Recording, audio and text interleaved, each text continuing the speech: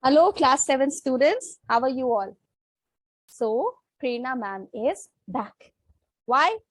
Because from your textbooks, we are going to be studying chapter number 4.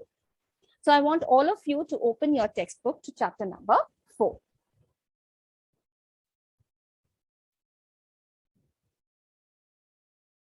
And this chapter number 4, as all of you can see, this is on page number 36. Now, in the previous class, I hope you remember, what did we study? We had studied about the foundation of the Delhi Sultanate, wherein we studied that Delhi was ruled by 5 main dynasties. Correct? So, in the previous class, we studied about the Mamluk or the slave dynasty.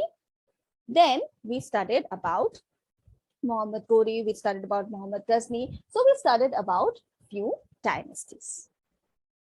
Now chapter number 4, which is on page number 36, we are going to be studying something more about various other dynasties. So if you remember, we also studied about the Khalji dynasty, how Alauddin Khilji, how he had introduced some good measures, but at the same time, he was a brutal ruler. Correct? So in today's class, we are going to be studying about the case study of the Tuklux, comparison between Tughlaqs and Khaljis, the Sayyid dynasty and the Lodi dynasty. So these are the 4 main topics that we are going to cover in today's class. And in this chapter 2, you can see the timeline of the Delhi Sultanate, right? How different rulers ruled at different point of time. In 1320 AD, within 4 years of the death of Alauddin Khilji, Ghiyasuddin Tughlaq, he deposed the incumbent Khalji ruler and started the rule of the Tughlaq dynasty. So we started in the previous class that the Khalji dynasty, the last ruler, the last powerful or the influential ruler of the Khalji dynasty was Alauddin Khilji or Khalji, and he was succeeded by weak successors. So the successors were not as powerful, not as strong as him. So gradually, the dynasty came to its decline and the Tughlaq dynasty took over. The Tughlaqs constituted the 3rd dynasty of the Delhi Sultanate. They ruled from 1320 AD to 1414 AD. So now we are going to study about the Tughlaqs. So here we go. All right. So a case study of the Tughlaqs. From ruling from 1320 to 1325. So Ghiyasuddin Tughlaq, you can see, ruled only for 5 years. He proved to be an able administrator and a skillful military commander. He restored peace and stability by suppressing revolts in the Sultanate, and he built the Tughlaq fort in Delhi. So Ghiyasuddin Tughlaq, he was a powerful ruler. He had a strong military, and at the same time, he was a peace-loving person. Okay. Now we talk about Muhammad bin Tughlaq. He was born in 1300 and died in 1351. So he was a great scholar. That means he was very good academically and he had keen interest. He was very much interested in fine arts, science, astronomy, mathematics, and Persian literature. So you can see that Muhammad bin Tughlaq, he was not just interested in ruling, but he was interested in arts, in science, in mathematics, and various other fields. And he was also a brilliant military commander. And under him, the Delhi Sultanate became a vast empire. So here, I am going to show you a map. And sorry, then we are going to talk about his certain field projects and military expeditions. This is the list of those field projects. Okay. So coming to the map. So if you have a look at the map given in your books, in your textbooks on page number 37, it clearly shows the empire of Muhammad bin Tughlaq. Correct? So you see, in this map, if you have a look, this was the extent of his empire, the portion which is creamish yellow. Now we are going to talk about some of his failed expeditions. Okay. All right.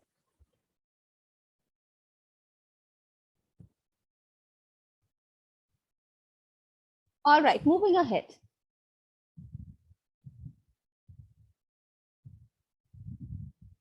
Okay.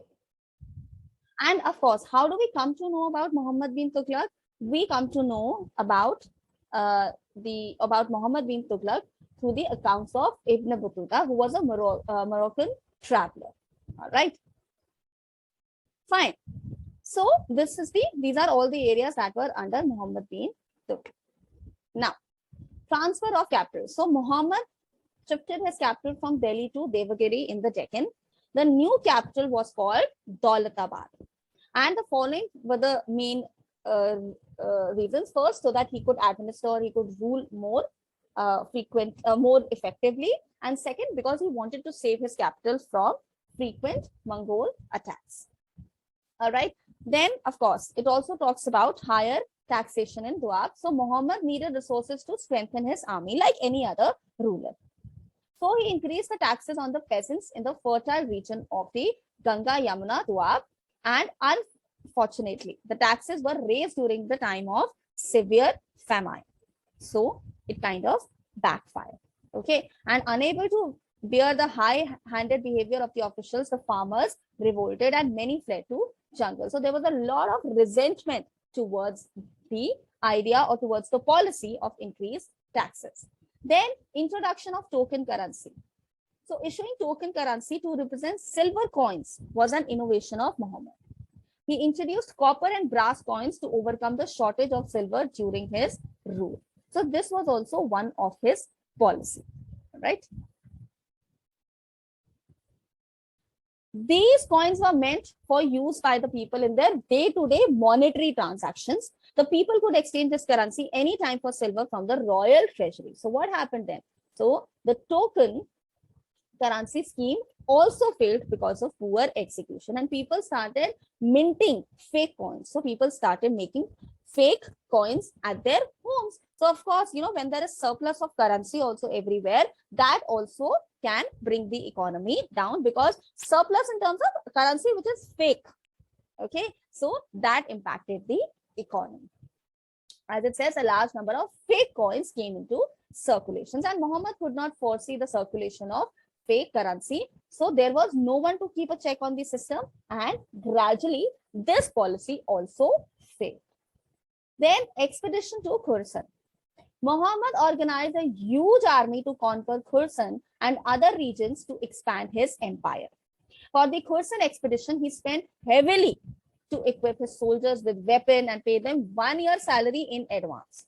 So he was so much blinded by this, desire of annexing more and more territories, that though a ruler, but he was not wise enough to take correct decisions. And he said that I'm going to give 1 year salary in advance. What's going to happen? Maybe a few soldiers won't work to their capacity. Then he abandoned this project a year later. He decided that, oh, I'm not going to continue with this project. So there was a huge monetary loss as well. And many historians believe that some ideas of Muhammad were ahead of his time, and due to failure of these ideas, the royal treasury got depleted. That is, it started decreasing to a large extent. And Muhammad also suffered a loss of prestige and became unpopular among the people and his nobles and the ulama. Now we talk about Firoz Shah Tughlaq. Okay, so just now we studied how Muhammad bin Tughlaq was not a wise ruler, particularly pertaining to the decisions related to economy or financial decisions.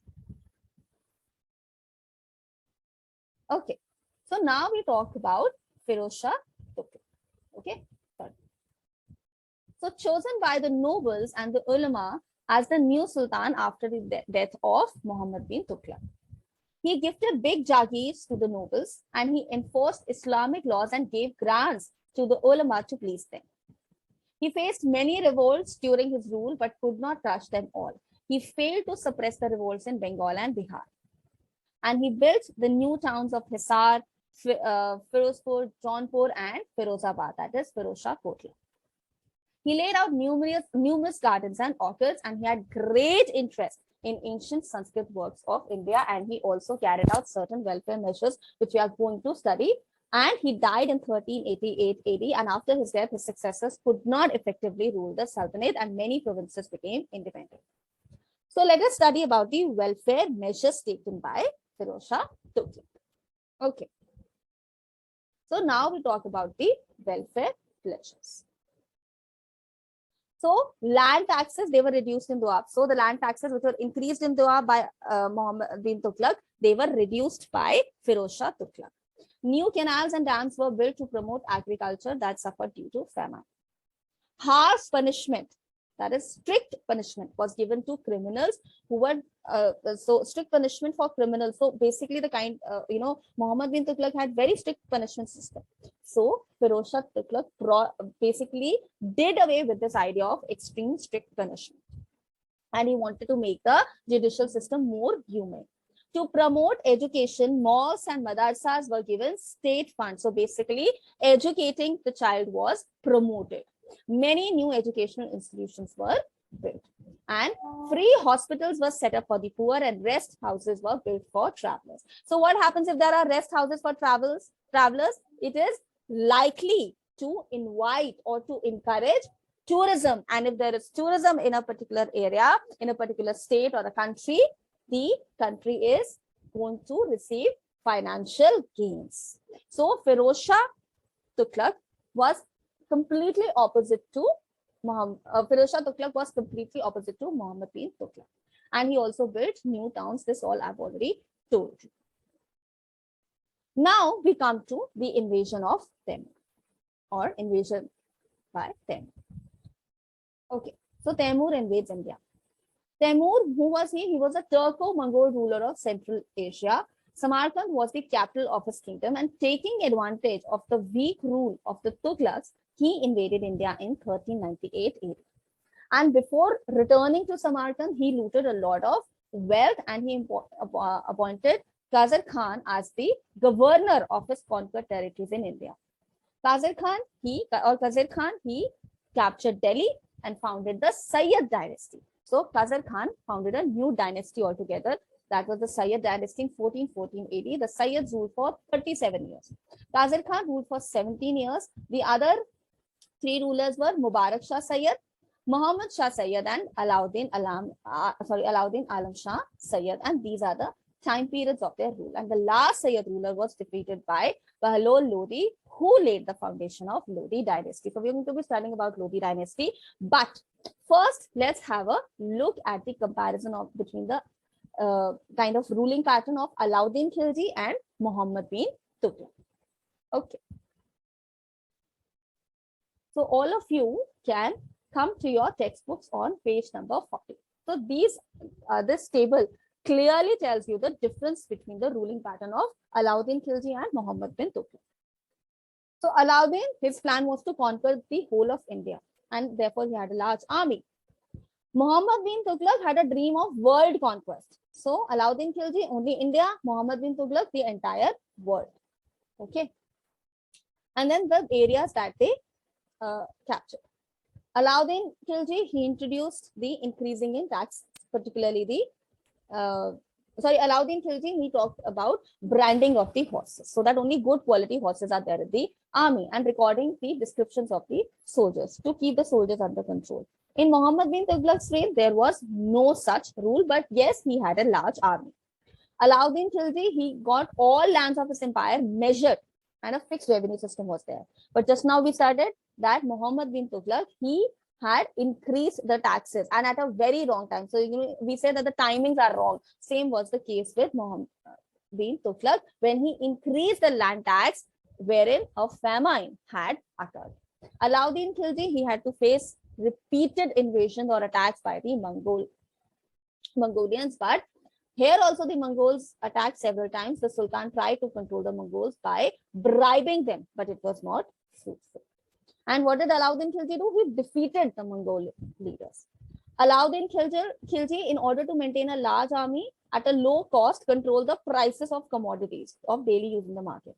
Muhammad bin Tughlaq, in order to make up the deficit in his treasury, introduced copper currency system. But we know that most of the measures that were introduced by Muhammad bin Tughlaq failed. But maybe some by Alauddin Khilji were appreciated. And Alauddin Khilji, he had a balanced personality. But Muhammad bin Tughlaq initiated a number of brilliant projects which failed due to his impractical attitude and restlessness. Okay, so this is about Muhammad bin Tughlaq and Alauddin Khilji. Now let's talk about the Lodi dynasty. So basically, the Lodi dynasty, this was the last dynasty of the Sultanate. It ruled for 75 years, from 1451 to 1526 AD. And the three Lodi sultans were Behlol Lodi, who ruled from 1450 to 1489, Sikandar Lodi from 1489 to 1517, and Ibrahim Lodi from 1517 to 1526. So let's study something about these three rulers of the Lodi dynasty as well. Okay. So basically, what we need to know is that to strengthen his power and consolidate the fragmented Sultanate, Behlol Lodi, what did he do? He replaced the rebellious provincial governors with royal Afghan governors. He was succeeded by his son Sikandar Lodi. He turned out to be the most capable ruler of the Lodi dynasty, and Sikandar Lodi was succeeded by his son Ibrahim Lodi. So he was not a capable ruler like his father. He could not impress the masses and gradually had to face a lot of revolt. So some members of the displeased nobility invited Zahiruddin Muhammad Babur, the ruler of Kabul, to invade India. They sided with Babur, that is, they took side of Babur against Ibrahim Lodi in the first battle of Panipat in 1526 AD. And we all know that Ibrahim Lodi was defeated in this battle. And what happened after this battle? This battle marked the beginning of Mughal rule in India. It laid the foundation of Mughal rule in India, who ruled for 330 years. So this is a glimpse of the other dynasties of the Delhi Sultanate. What are we going to do now? We're going to read the chapter again. We're going to make necessary tables. We're going to watch the video again, and we are going to solve the questions on our own. Till then, bye-bye, my dear students.